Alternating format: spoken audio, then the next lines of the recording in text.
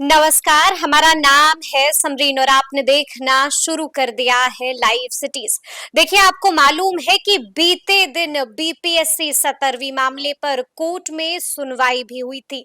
बड़ी बात यह है कि सुनवाई पूरी हो चुकी है और कोर्ट ने अपने फैसले को सुरक्षित रख लिया है। तो ऐसे में अब बड़ा सवाल उठता है कि आखिर कोर्ट का फैसला किसके हक में आएगा। और बड़ा सवाल तो गुरु ये भी उठ रहा है कि आखिर ये इंतजार कितना लंबा होने जा रहा है। तो आज हम इसी मुद्दे पर एक बार फिर से सीधी बातचीत करेंगे पटना हाई कोर्ट के जाने माने एडवोकेट देव प्रकाश जी से। सबसे पहले बहुत शुक्रिया जी बातचीत धन्यवाद।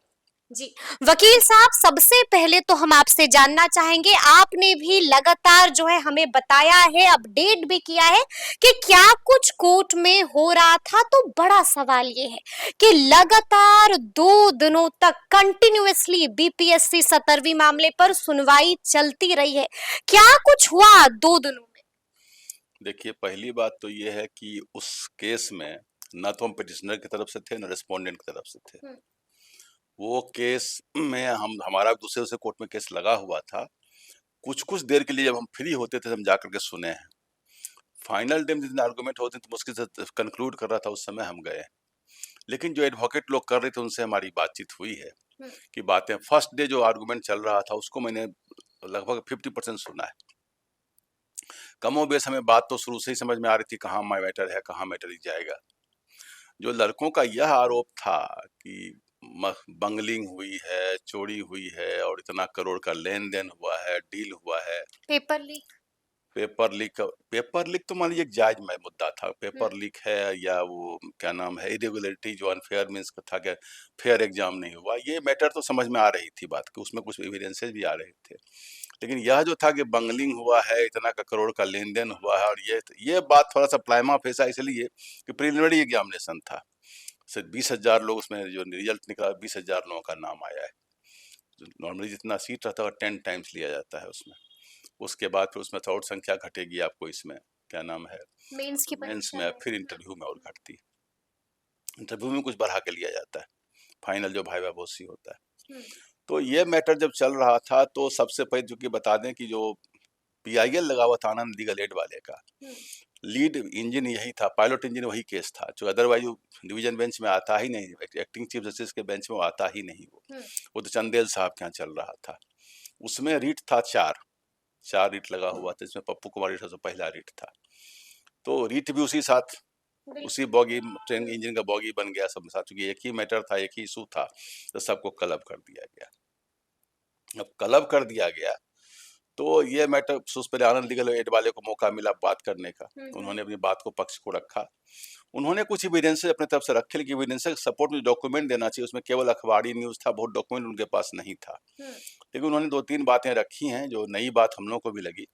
एक क्वेश्चन तो उन्होंने रखा था कि वो कोई कुछ लोगों की पार्टी उटी के बारे में, खगड़िया में कोई पार्टी हुआ तो मटन चिकन की पार्टी हुई, किसकी पार्टी हुई, कौन पार्टी क्या नहीं है, उसकी बीपीएससी कहाँ क्या था।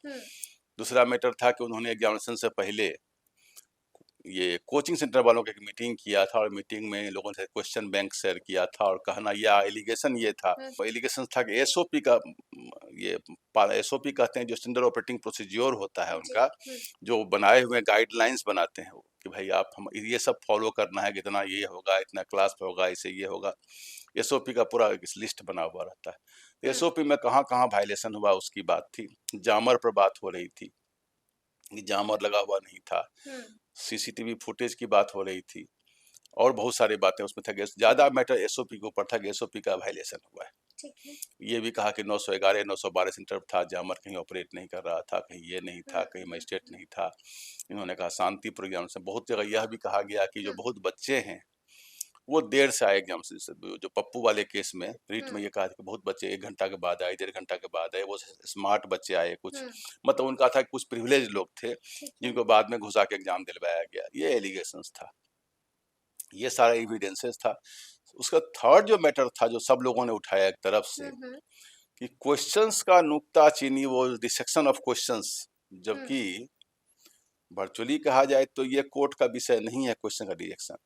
कोर्ट में आप अगर ये कह सकते हैं क्वेश्चन गलत आंसर दिया गया उसमें ऑप्शंस के कारण, लोगों का रिजल्ट प्रभावित हुआ, एक क्वेश्चन के दो दो आंसर्स थे, ऑप्शंस में दिए हुए थे, या ऐसा था कि एक भी ऑप्शन नहीं दिया हुआ था। तो इन बातों में आपको याद होगा नीट वाले एग्जामिनेशन में भी सुप्रीम कोर्ट में इसी बातें, एक या दो या 4 सवाल में ऐसा हुआ था। तो उन्होंने उसको रेफर कर दिया था आईआईटी को, वहाँ कहा कि बोर्ड बना दीजिए, एक्सपर्ट का बोर्ड, और वो बना के दे दें कि इसमें सही उत्तर क्या है, और जो होगा उसी को सही माना जाएगा।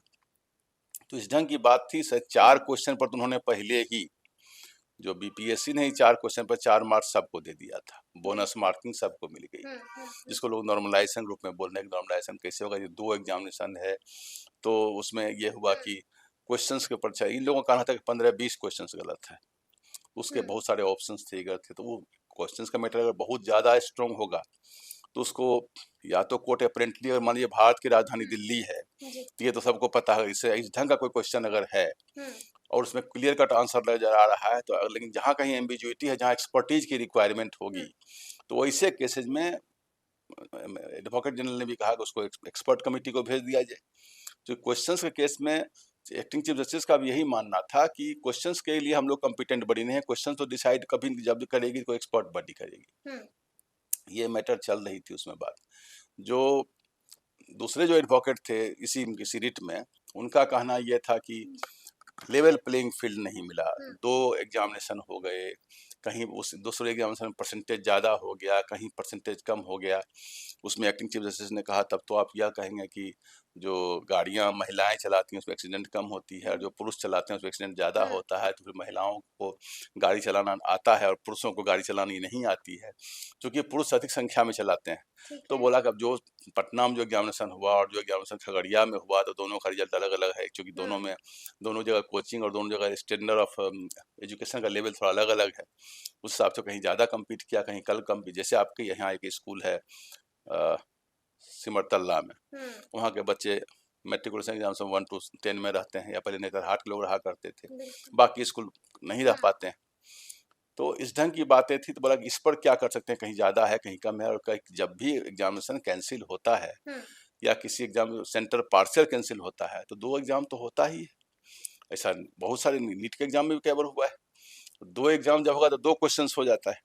2 क्वेश्चन हो जाएगा तो यह बात है कि दोनों क्वेश्चन की बराबरी का अंतर, थोड़ा कोई कहा कि ये क्वेश्चन कहीं कहीं एवरेजिंग की बात, ये किसी जजमेंट की बात लोग कर रहे थे। ये सब बातें भी आई। चीफ जस्टिस ने यह कहा कि भाई ये बताइए कि कोचिंग वाले जो लोग हैं उनका क्वेश्चंस का कैसे टैली कर रहा था। अच्छा, ये जज साहब ने सवाल पूछा था इस सवाल। तो उस पर उन्होंने कहा, जो एडवोकेट जनरल है उन्होंने कहा कि नहीं, ये गलत बात है, हमारी कोई मीटिंग कोचिंग वालों से ना हुई है, ना हमने उनसे कोई क्वेश्चन लिया है। तो ये उन्होंने डिनाई कर गए। तो सिरे से खारिज कर दिया। उन्होंने कहा कि लेकिन जो आपने कहा शांतिपूर्ण एग्जाम हुआ, जब डिस्टरबेंस तो काफी हुआ है, और जब डिस्टरबेंस काफी हुआ है तो फिर इसको कैसे आप बोल रहे हैं कि ये क्या नाम है कि उसमें आपका एग्जामिनेशन के बारे में कि बिल्कुल शांतिपूर्ण हुआ है। तो उन्होंने बताया कि नहीं, हमारा पटना बापू सभागार को छोड़ के बाकी सब जगह शांतिपूर्ण रहा है। तो बोला बापू सभागार में जो गड़बड़ी हुई उसके बारे में आपका क्या ये है, आपने क्या किया है उसमें। उन्होंने कहा लंच के बाद बताएंगे, और लंच के बाद उन्होंने कहा कि ये हम लोग इतना एफआईआर किया, इतने लोग पकड़ा। उसमें यह बात भी हुई थी जिन लोगों को डिबार किया गया है या जिन लोगों पर केस किया गया, तो उस पर प्राइमा फेसी जो ऑनरेबल चीफ जस्टिस थे वो इस बात पर कन्विंस थे कि ये सजा कठोर है, डिबारमेंट किसी को नहीं किया जा सकता है, और जो केसेज आदि हैं वो केसेस सब समाप्त करना चाहिए। केसेस बच्चों पर जो एग्जामिनी है उस पर केस उस करने की बात नहीं है। आपने लाठी से मारा भी है पहले उसको, इस बात को लाठी चार्ज का भी जिक्र हुआ है कोर्ट जी, लाठी चार्ज पुलिस चार्ज जिक्र हुआ, उसको कोर्ट अच्छे तरीके से नहीं ले रही थी। वो तो सब आम जनता को भी गलत लगा था देखने में, तो वो सब चीज सही नहीं था, तो कोर्ट को भी गलत लगा ये चीज। हम भी जब बोले हैं, आप बोले गलत हुआ है, उस पर कोर्ट का भी था कि भाई इस पर कोई कमेंट होना। लेकिन अभी यह कहना कि री एग्जाम होगा, एक मैटर था कि रीपब्लिकेशन ऑफ रिजल्ट होगा अगर क्वेश्चंस बहुत सारे गलत हैं।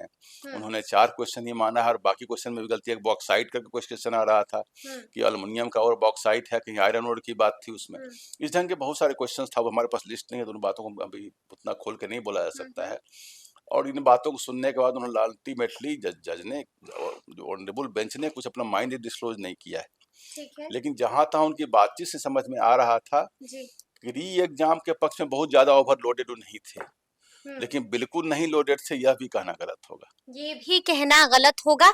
लेकिन वकील साहब, यहाँ पर और भी कई तरह के सवाल हैं। सबसे पहले तो हम आपसे ये भी समझना चाहेंगे कि कोर्ट ने अपने फैसले को सुरक्षित रख लिया है, इसके क्या मायने समझे आप? देखिए, जब 2 दिन बहस चलेगा हाँ। तो कोई भी कोर्ट पूरे मामले को फिर से एक बार रिकलेक्ट करेंगे, हम्म। फिर से देखेंगे और सोच समझ 2 जज हैं, दोनों आपस में विचार करके वो लंबा लिखाएगा, कम से कम 30 40 50 पेज की जजमेंट आएगा ये मोटा मोटी। जब भी 30-40 पेज का जी जजमेंट लंबा, आएगा? सारी बातें जिन लोगों ने कहा है, हाँ। सब लोगों की बात, इतने मोटे मोटे सब पिटिशन थे, उसको लिया जाए क्योंकि कोर्ट का काम है सुनना। कोर्ट अगर दोनों को थ्रेड बेयर अगर नहीं सुनेगी, दोनों जितने पक्षों को मौका नहीं देगी, तो फिर कहेगा मेरा सुना नहीं गया, बिना सुने ही जजमेंट हो गया। तो सबों को सुना गया, सुनने में 3 दिन लगे, 4 दिन लगे, 5 दिन लगे, 7 दिन लगे। हमें उम्मीद है कि मंडे तक मैक्सिमम उम्मीद है कि आ जाना चाहिए जजमेंट इन लोगों का। उम्मीद से हम बता रहे हैं, इसको आप प्रमाणिक नहीं मान लीजिए। यानी कि आप कह रहे हैं कि बस मंडे तक का इंतजार और एक संभावना, चूंकि बीच में 2 दिन छुट्टी हो रही है, हो सकता है मंडे को आ जाए, मंडे को फैसला आ सकता है। यानी कि गुड न्यूज या बैड न्यूज दोनों में से एक नहीं, बैड न्यूज तो बिल्कुल नहीं होगा। बैड न्यूज इसलिए नहीं होगा कि बहुत सारे रिलीफ तो होंगे और कोर्ट बहुत जगह ऑब्जर्वेशंस भी देने जा रही है। अच्छा। कुछ ऑब्जर्वेशंस देगी कोर्ट उसके बारे में। एक बात वो जो एक पिटिशनर के एडवोकेट उन्होंने कहा कि अगर री एग्जाम हो ही जाता है तो कोई आसमान तो नहीं गिर जाएगा धरती पर, कौन सी बड़ी बात हो जाएगी। प्रीलिम एग्जाम है, अभी तो अप्रैल 25 से एग्जाम चलने होने वाला है, मेन बीच में ले लीजिए वो। उस पर एक्टिंग चीफ जस्टिस ने यह भी कहा कि एग्जाम तो कितनों बार हो जाएगा, तो हर बार लोग कहेंगे इस बार गड़बड़ हो गया, तब तो कभी होगा ही नहीं। बिल्कुल। और जब भी एग्जाम होता लगता अगले बार होता तो इससे अच्छा करते। हर बैट्समैन को लगता है कि अरे ये बॉल तो गलत खेल गई, इसलिए आउट हो गई, अगला इस बॉल मिलता तो ऐसा करते, एक और मौका मिलता तो ज्यादा यही बात, सेम बात एक चीज बोली। तो हर बार लोग को लगता है हर एग्जाम में एक बार और मौका मिलता तो अच्छा करते, वो तो लगना ही लगना है, लोगों को लगता है। तो बोला कि री एग्जाम से कौन समस्या समाधान हो जाएगा। इसी बात से हम लोग थोड़ा अंदाज लगाते हैं कि री एग्जाम की तरफ उनका ब्रेन बहुत नहीं जा रहा था, लेकिन यह कहना कि बिल्कुल नहीं जा रहा था, यह भी कहना गलत है। एक मामला हो रहा था रिपब्लिकेशन ऑफ रिजल्ट के बारे में। तो क्या ऐसा भी हो सकता है रिपब्लिकेशन ऑफ रिजल्ट का फैसला भी आ सकता है? और रिपब्लिकेशन ऑफ रिजल्ट अगर होता है तो मेरे हिसाब से जिनों का रिजल्ट निकल गया है, जो लोग उसमें सक्सेसफुल हो गए हैं पहले वाले में, तो अगर उसमें से किसी का नाम कटता है तब तो गलत हो जाएगा, तब फिर वो चले जाएंगे कि कोर्ट में रिजल्ट हमारा निकल गया, दोबारा फिर ऐसा हुआ था, हमारी क्या गड़बड़ी थी, हम तो पढ़ना शुरू कर दिए, मेरा इंटरेस्ट मार खाया, हम तो बोनाफाइड रिजल्ट माने हुए थे। जब उस रिजल्ट में एक ये राइडर लगा हुआ था कि subject to outcome of the writ petition, ये तो PIL है, टर्म्स एंड कंडीशन अप्लाइड थी, कंडीशनल था, तो उसको कहा जा सकता है। इसलिए रिपब्लिकेशन रिजल्ट तो हो सकता है कि इसको इन बातों को कंसीडर करते हुए एक बार फिर से रिजल्ट आप निकाल दीजिए। ये बातें कहीं न कहीं से संभावना अधिक हमको लग रही है, लेकिन मैं ये नहीं कह रहा हूँ कि री एग्जाम की संभावना नहीं है, क्योंकि कोर्ट में 2 दिनों में काफी बातें आई है कि बहुत ठोस आधार, जिसको बहुत ठोस एविडेंस कहा जाए कि अनफेयर मीन्स है, इरेगुलरिटी है, ये बहुत ठोस यह है कि बहुत बड़ा एग्जाम है, तो जितनी स्टीड फास्टनेस से, जितने तरीके से होना चाहिए था उसमें, लेकिन कभी भी कुछ अगर होता है बड़ा सा सिस्टम, तो निकालने के लिए बहुत कुछ निकाला ही जा सकता है, ऐसा नहीं कि नहीं निकाला, से बहुत बातें निकल के आती है, ये ना हुआ वो नहीं हुआ, तो ऐसे में तो कोई दुनिया में एग्जाम ही नहीं हो पाएगा। लेकिन अपरेंटली कुछ बात खुली आंखों से लगता है कि हाँ गलत हुआ, अनफेयरनेस हुआ और विलफुल हुआ है, जानबूझ के लोगों ने अनफेयरनेस को कहीं न कहीं पॉल्यूट किया है, तब तो कोर्ट इंटरफेयर करेगी ही करेगी। लेकिन कोर्ट कहीं न कहीं से बहुत जगह बहुत सारी बातों पर सवाल भी कर रही थी। वो जो लाठी चार्ज उस पर उन्होंने क्वेश्चन किया, जो डिवार्मेंट है उस पर उन्होंने सवाल किया, डिवार्मेंट आप लोग क्या इतना की कठोर सजा होता है, हो सकता है उस पर कुछ। तो क्या कोर्ट ने BPSC को आदेश दे दिया है कि BPSC वाले अभ्यर्थियों पर इतनी सख्ती नहीं बरती जाए? अभी तो केवल हियरिंग चल रही थी, आदेश तो आएगा, उस आदेश में अगर कुछ को लिखते हैं उन बातों पर, हमें इतना सख्त एक्शन नहीं लिया जाए, हमें लगता है कि इन बातों पर कुछ कमेंट करेंगे। अच्छा, लेकिन वकील साहब हम आपसे ये भी समझना चाहेंगे कि क्या कोर्ट के अंदर प्रशासन को भी खूब सुनाया गया है? क्या BPSC को भी डांट लगाई गई है?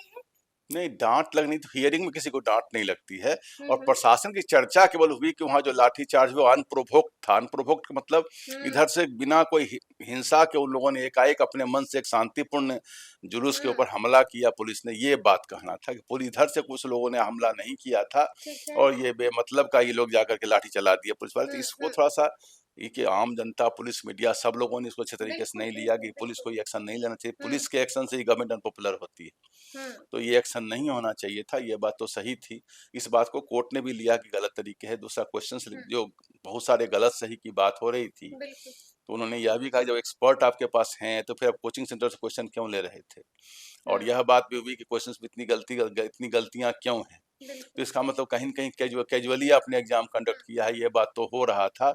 यह भी हो सकता है कि बीपीएससी को कुछ हिदायत दी जाए, कुछ इनका शुद्धिकरण किया जाए कि भाई आप थोड़ा-सा यू मैनेज योर बॉडी। हुँ, तो आपका बॉडी सही नहीं है, आप तरीके से अपने बॉडी को सही करिए, आप काम ठीक से नहीं कर पा रहे हैं। हुँ, हुँ, ये बात तो हो सकता है। एक सौ बीसी बीपीएससी को लोड भी बहुत हो गया ना। टीचर बिल्कुल। की हुँ, बहाली, किसकी बहाली, पहले बीपीएससी सिंपल छोटा एक काम हुँ, करता हुँ, था। ओवरलोड कोई सिस्टम होगा तो उससे ये गलती होती है। ठीक लेकिन है। अगर ठीक है सिस्टम अगर ओवरलोड होगा तो हुँ, उसका स्ट्रक्चर ओवरलोड करिए, उसमें और आदमी लगाइए, उसमें और स्ट्रक्चर हुँ। इंफ्रास्ट्रक्चर उनको दीजिए, मैन पावर दीजिए।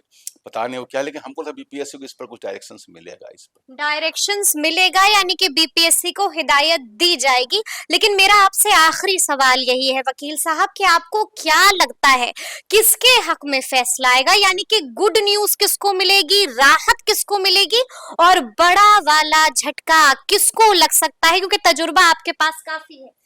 देखिए, हक तो सबके हक में फैसला आएगा। हुँ, हुँ। किसी का हित में फैसला लेकिन नहीं झटका आएगा। भी तो लग सकता है आखिर ना? बीपीएससी काम किसके लिए कर रही है? बीपीएससी काम कर रही है लोगों की बहाली हो जाए। आखिर बिल्कुल। जो 2000 लोग जिनकी फाइनली बहाली होगी, हुँ, वो हुँ। तो बड़े खुशनसीब होंगे, अल्टीमेटली सक्सेसफुल माने जाएँगे। हुँ, तो यह बात की हक की जहाँ तक बात है तो बीपीएससी काम ही है कि जो उसमें से चुन के जो अच्छे ब्रेन को लेकर के हुँ। कॉम्पिटेंट लोगों को लेके अपॉइंट किया जाए।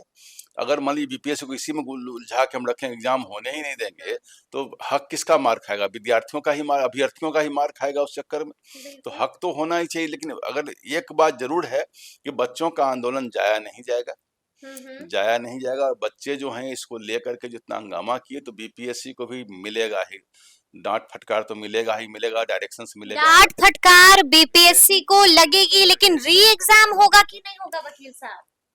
री एग्जाम पर थोड़ा सा हमारा अभी भी दुविधा हमारा लग जाएगा। री एग्जाम की ओर वो नहीं जा रहे थे, लेकिन मैं बार बार मैं कह रहा हूँ कि री एग्जाम की ओर बिल्कुल नहीं जा रहे थे। ऐसा भी नहीं। वह भी कहना गलत था।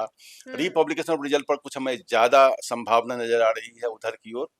हुँ। और ये जहाँ तो मैंने कहा कि directions to the BPSC. BPSC observation हिदायत हुँ, और जो केसेज हुए हैं बच्चों के अगेंस्ट में, हुँ, हुँ, उस पर कुछ न कुछ प्रमाणिक आएगा, ऐसा सुनने से हमें संभावना ऐसी नजर आ रही है। लेकिन एक बात आपको बता दें हुँ, कि अगर बच्चे जो आंदोलन जिस ढंग से लगे पड़े हुए हैं, हुँ, अगर ये एग्जाम नहीं होगा, यद्यपि 25 अप्रैल को ही होने जा रहा है, हुँ। तो बात यहाँ तक नहीं रुकेगी, बात जाएगी दिल्ली तलक भी।